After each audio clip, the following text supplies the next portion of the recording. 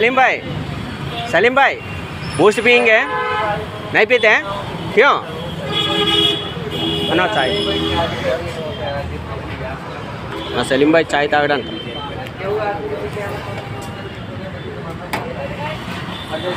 बाहर का साइड है वो हाथ में गिराया भाई ना करो तो वो ऐसा होता है और मुझे ना करो 3 दिन लगा दिए वो बीपी का आदमी के साथ अंतर होता है हां मस्जिद के साथ वाला है तो पे मला बागा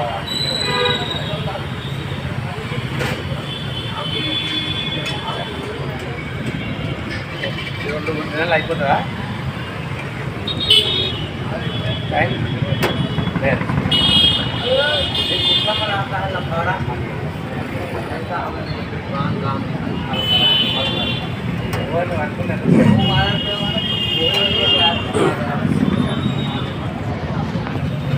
ఏం సలీం భాయ్ చాయ్ తాగవా? పుస్తకాలు చాలా చల్లగా ఉన్నాయి. నా జాగా అంతా దింగేసినావా? इकड़े बोंडाला ना जागा देंगे सलीम भाई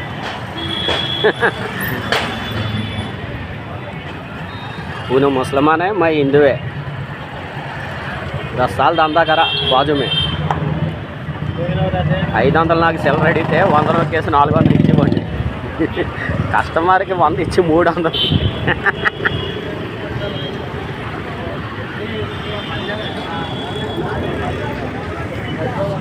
నా ఎదురుగుంట ఏపీఆర్ కాంప్లెక్స్ అదిగో పాండబ్బ నాగయ్య ట్రాన్స్ఫార్మర్ వెనకాల ఏపీఆర్ కాంప్లెక్స్ జూబ్లీహిల్స్ చంద్రనగర్ ఇదిగో ఇదే మంగా టిఫిన్ సెంటర్ వదిలేసింది